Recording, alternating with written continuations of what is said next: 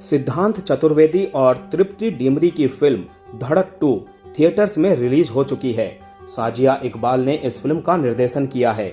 अगर आप थिएटर में जाकर धड़क 2 देखना चाहते हैं तो सबसे पहले हमारा ये रिव्यू जरूर सुन लीजिएगा। सिनेमा अक्सर मनोरंजन का जरिया होता है, लेकिन कुछ फिल्में हमें आईना दिखाती हैं। धड़क 2 उन्हीं में से एक है। अगर दलित होता तो बच जाता, कोई छूता तक नहीं।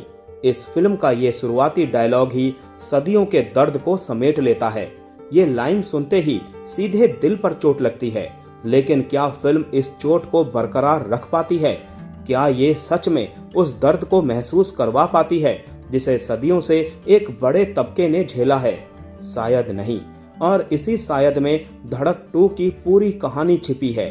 ये एक ऐसी फिल्म है जो बोलना तो बहुत कुछ चाहती है, लेकिन कई जगह अपनी ही आवाज में खो जाती है। दोस्तों, ये कहानी है नीलेश यानी सिद्धांत चतुर्वेदी और विधि यानी तृप्ति डिमरी की। दोनों एक ही लॉ कॉलेज में पढ़ते हैं, एक ही क्लास में बैठते हैं, लेकिन उनके बीच एक ऐसी गहरी खाई है जो दिखती नहीं पर हर पल महसूस होती है।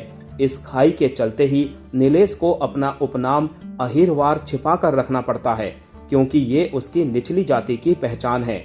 वहीं विधि एक ऊंची जाति के ब्राह्मण परिवार से है, जिसे कभी अपनी जाति के बारे में सोचना भी नहीं पड़ा। धड़क 2 एक बहुत ही महत्वपूर्ण मुद्दे पर बनी है। ये फिल्म हमें बताती है कि कैसे आज भी कुछ लोग अपनी जाति के कारण लगातार अपमानित हो रहे हैं। उन पर गंदगी फेंकी जाती है, उन्हें मारा पीटा जाता है। नीलेश का किरदार धीरे धीरे इस अपमान के खिलाफ खड़ा होता है। उसका मारो या मरो का नारा उसकी मजबूरी बन जाता है। इस संघर्ष में उसकी माँ और कॉलेज के प्रिंसिपल का साथ उसके हौसले को और बढ़ा देता है। ये फिल्म तमिलनाडु की सुपरहिट पेरियरम पेरुमल से प्रेरित है।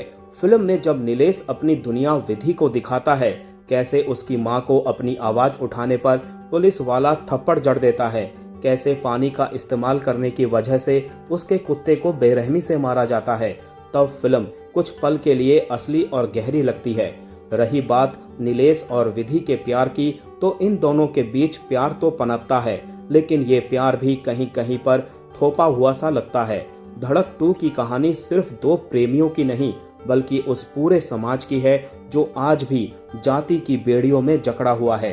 धड़क 2 कई गंभीर मुद्दों को उठाती है, जातिवाद, वर्गवाद, लिंग पहचान और नारीवाद। इसमें रोहित वेमुला जैसे मामले की भी झलक मिलती है, जब एक छात्र की आत्महत्या पर बात की जाती है।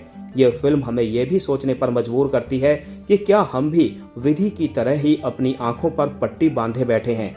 जब नीलेश विधि से पूछता है, क्या तुम नहीं देख सकती कि यहाँ क्या हो रहा है, तो लगता है ये सवाल सिर्फ विधि से नहीं बल्कि हम सभी से है। अगर आप एक ऐसी फिल्म देखना चाहते हैं जो समाज के सबसे बड़े सच से आपका सामना करवाती है, तो आपको ये फिल्म जरूर देखनी चाहिए। ये 2018 की धड़क से कई गुना बेहतर और ज्यादा जरूरी है। ये भले ही उतनी तीखी ना हो जितनी होनी चाहिए थी, पर यह फिर भी एक महत्वपूर्ण फिल्म है।